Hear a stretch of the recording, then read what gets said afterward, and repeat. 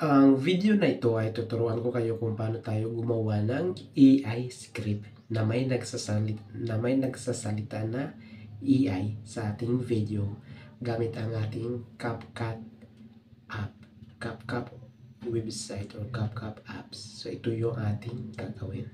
Open natin yung CapCut app.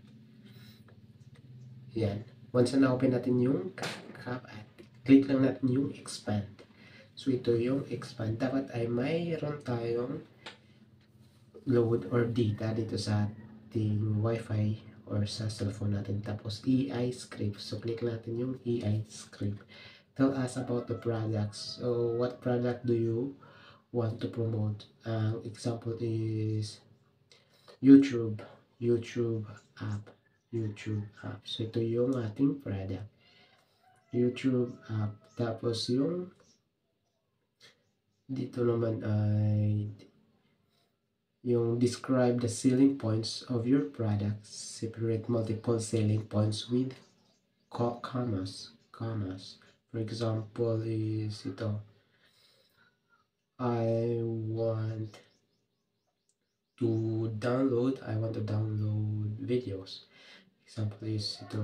I want to download videos. Okay. Ito yung example natin sa ating product. So, ito yung AI script natin. I want to download. Yan.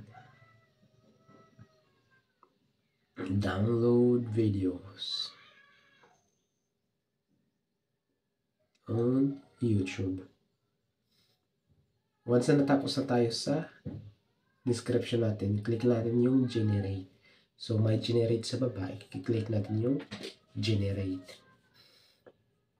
Dito ay mag-automatic na bibigyan tayo ng script na may sound dito sa ating choose your script. Dito.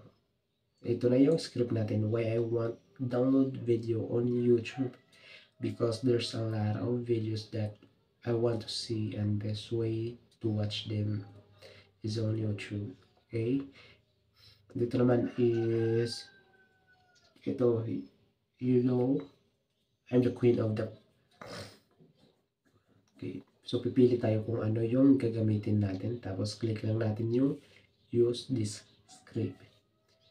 Use this script. Ito. Use this script. Once na nakapili na tayo kung ano yung script natin. Tapos, allow lang natin. Allow CapCut recommended music. Okay. Applying text to speech. So, dito is nag-apply pa ng speech yung ating script. So, pwede natin lagyan ng boses ito. Yan. Dito tayo mag-edit. So, may plus sign. So, add media. Pwede tayo mag-add ng video dito sa ating use this script. Tapos, click lang natin yung export sa taas para ma-upload na yung ating video na dinedit. Or sa dito sa use script. Ayun. Dapat ay kailangan lang ay may data ka or may internet ka para gumana yung AI script dito sa ating CapCut.